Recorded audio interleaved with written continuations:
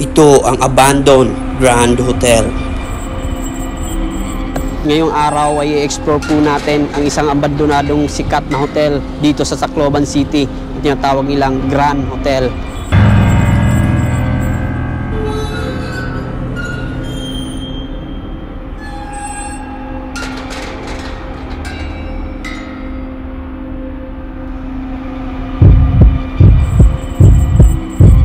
Ang hotel nga palang ito ay pagmamay-ari ni Francisco Maceda. Taong 1950s ay mayroon ng Grand Hotel dito sa Pilipinas at isa ito sa pinakasikat dito sa Tacloban City. Matagal na yan eh.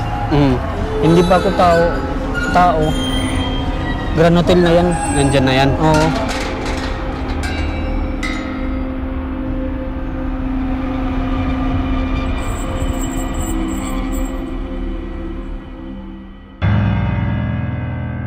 May naririnig tayong mga ingay na nakakatakot. Dali. Panahon ng Yolanda, taong 2013, maraming namatay dyan kasi tubig dagat yan, sir eh. May naamoy na hindi maganda. Mayroong mga buto na nandito sa loob. Hindi ko alam kung anong klaseng buto ito. Ang may-ari nito ay nag-loan ng pera sa bangko pero di kalaunan ay nagkaroon ng hindi pagkakaintindihan. Kaya naman ang hotel na ito ay hindi natapos hanggang ngayon. I-explore po natin kung ano nga ba ang meron dito sa loob ng hotel na ito. Nandito na tayo sa loob ng Grand Hotel. So pagpasok natin, yung bubungad na sa atin, itong hagdanan. Ang gusali nga palang ito ay mayroong 5 palapag. So titingnan po natin ang bawat palapag kung ano ang meron dito. Umpisan po natin ang ating pag-explore. So yun. So medyo madilim nga lang dito sa loob kasi ang gusaling ito ay wala ng ilaw. So alas 3 ng hapon tayo naglibot. So nandito po tayo ngayon sa pangalawang palapag ng hotel na ito kung saan makikita yung mga tambak na basura. Itong mga basura na nandito, ito yung mga basura na galing pa ng bagyong Yolanda. Dito natambak. Ano yun? May umugong doon sa taas. May tubig na bumuhos.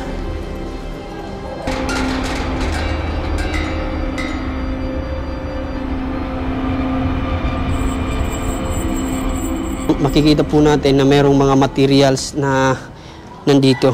Ito sana yung mga materials na gagamitin para maitayo yung hotel na ito. Pero sa kasamaang palad ay ginawa na lang itong tambakan ng mga materyales.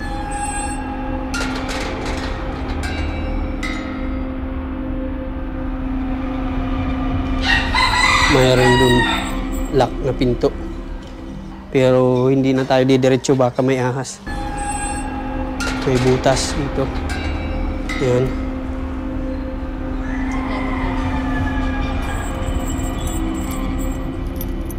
Ngayon naakyat po tayo sa pangatlong palapag ng hotel na ito.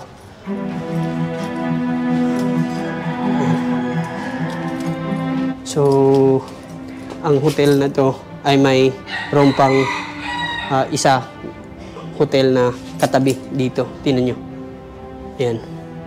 Wala ring mga tao at abandonado na. Ayan. So, tara. So, makikita po natin yung mga linya ng kuryente na meron dito. Tingnan mo. At siguro napakalalim mo.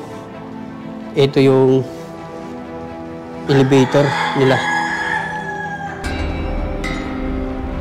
Papunta doon sa itaas.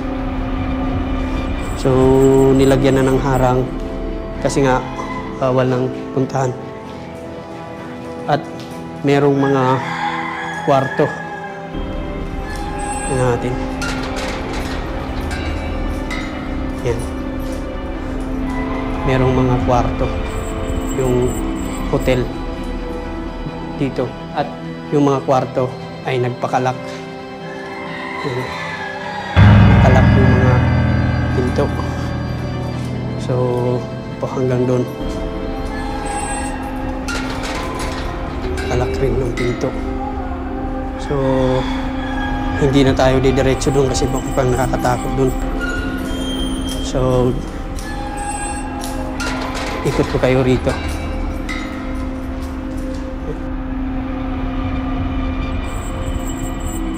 Sabi nga ng nakausap natin, itong hotel na to ay mayroong 138 rooms.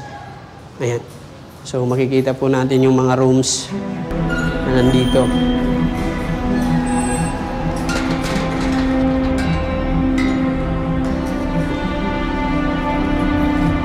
Ayan. At dahil sa sobrang dilim ng mga kwarto na nandito, ay ilang mga kagamitan ang nakita ko tulad ng bisikletang ito na mayroong karga, refrigerator, ang tambak na mga styrofoam.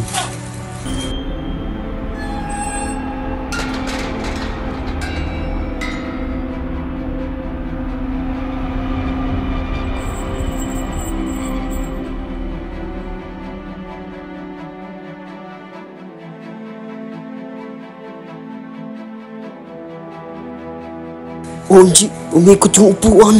At dahil biglang umikot yung upuan na hindi ko naman namamalayan, di ko alam kung bigla ko lang nasagi ito pero natakot ako. Kaya naman napagdesisyonan kong lumabas na lang ako.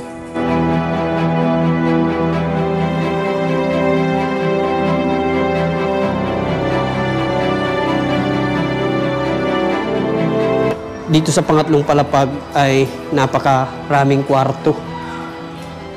Akyat po tayo sa 4. Sabi ng isang caretaker dito ay mayroong mga parte na malambot na yung semento kaya hindi tayo dapat magkumpiyansa kasi delikado baka madiskasya tayo at mahulog tayo kasi nga sa tagal na ng panahon yung iba, yung parte dito ay marupok na at may mga butas na kaya delikado.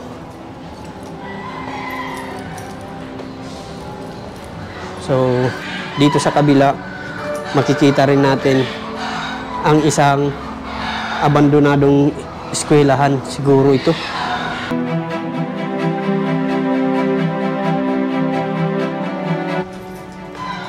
So, meron na mga hindi na pwedeng pasukan kasi nga hinarangan na. Kaya hindi tayo didiretso na.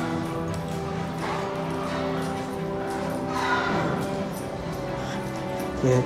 So, ito yung pinaka-elevator dito. Ayan. Hinarangan na dito. Tara.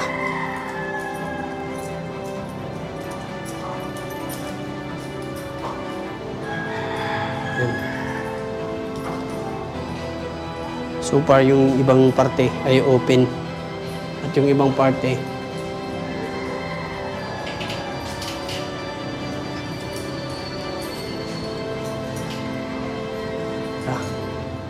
so, hindi na tayo tutuloy kasi may naririnig tayong mga ingay na nakakatakot. Okay. Hindi na tayo tutuloy kasi mayroong tayong mga naririnig na nakakatakot doon. Kinikilabutan ako. Wow. So, first time kong makapasok sa isang abandonado na kinilabutan ako ng ganito. Yun mo yung mga ano ko, tindig. Sobrang nakakatakot, sobrang dilim, walang ilaw at may naririnig akong mga kakaiba. Bakit tayo dito?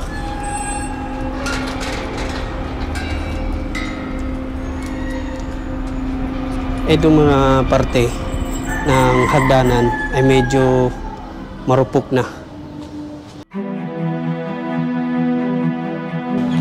So makikita po natin mayroon po ditong butas. Itong butas ay diretso papunta ron sa baba. Hindi natin alam kung ito ay para sa elevator kasi yung disenyo na napakaliit compare sa nakita nating elevator na butas dito. Ayan.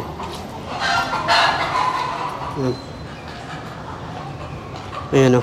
So, makikita po natin, ibang-iba siya kaysa doon. Tingnan mo. Sobrang taas. Ayan. Grabe. Dito, sa pinaka fourth floor, matatanaw natin yung lugar kung saan nagpaparada yung MV Cloud. Yung MV Cloud din kung saan bumibiyahe mula dito sa Tacloban papuntang Cebu. Doon sa areang yon. Diyan po siya nagpaparada. Ayan, tuwing hapon, alas 3 po, Sunday, yung biyahe niya. Ayan. So, dito po tayo. Dito sa pang-apat na palapag ay makikita natin na hindi natapos dahil sa walang mga dibisyon ang lugar. Ang makikita lang natin ay mga poste na nandito. Ayan. Kahit dumaan na yung napakaraming sakuna, pero itong Grand Hotel ay nananatili pa rin nakatayo dahil sa tibay ng pundasyon. Merong mga nagsabi-sabi sa mga komento sa Facebook at sa social media na ang hotel na ito ay hindi daw natapos dahil sa na-found out nila na itong pinagtayuan ng hotel ay marupok yung istruktura. Yun, babasagin na natin ang katahimikan ng lahat. Kung marupok po ito, bakit nakatayo pa rin po ito hanggang ngayon? Despite na dumaan na yung napakalakas na bagyong Typhoon Yolanda. Nung dumaan ang Typhoon Yolanda, itong Grand Hotel na to ay nagsilbing shelter ng mga taga-Tacloban dito sa areang ito. Panahon ng Yolanda, taong 2013, maraming nailigtas na tao dito kasi dito nagtakbuhan ang mga tao dahil sa lakas ng baha at saka hangin. Naging shelter ito ng mga concert nag-evacuate dito, sir. Walang namatay dito, sir, pero sa labas, sir, may namatay kasi maraming namatay dyan kasi tubig dagat dyan, sir, eh.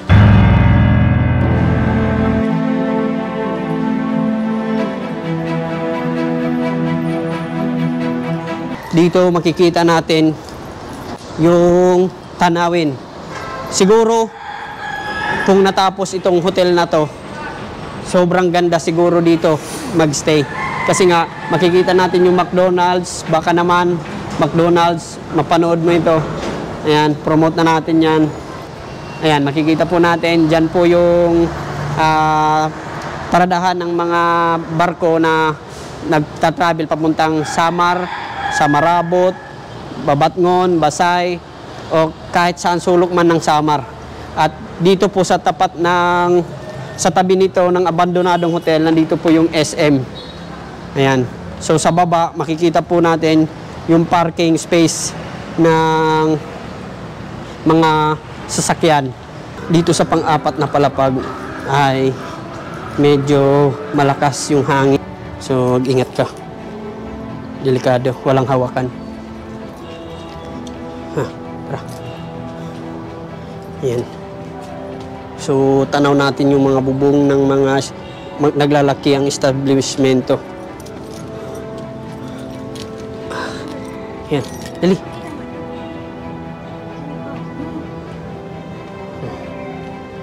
Nandito na tayo sa pinaka-rooftop. Medyo nanginginig lamang ako dito kasi parang medyo marupok dito sa ibabaw.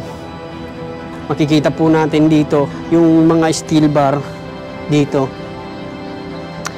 Tila ay na-stuck dito sa pinakataas dahil walang buhos na simento. So, wala rin bubong ang areang ito. Pero meron ng nakaabang na mga beam sa palibot. So, it means lalagyan pa ito ng pinaka-bubong. Pero hindi natapos. At dito, tingnan nyo. Ito yung butas. Di ko alam kung para saan. Sobrang lalim. konektado papunta ron. Tingnan mo. May butas oh. Siguro para sa exhaust fan yan. Hindi lang na tayo sigurado.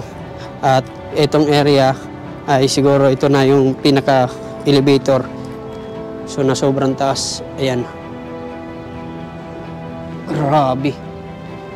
Sobrang taas dito. Meron po tayong nakitang box dito. Hindi ko alam kung ano ito.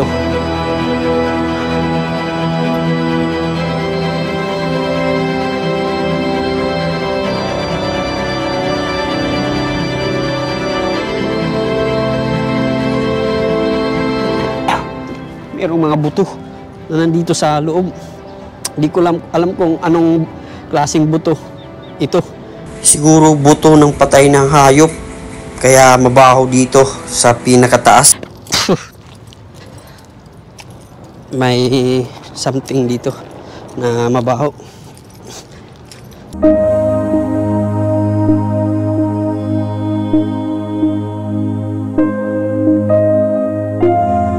Ang hotel nga pa lang ito ngayon ay pagmamay-ari na, so hindi lang sinabi yung complete na pangalan. Isa sa mga may-ari dito sa mga naglalakihang hotel dito sa Tacloban City. Sabi nga ng mga nakausap natin ng mga caretaker dito ay itong abandoned hotel na ito ay subject for demolish na.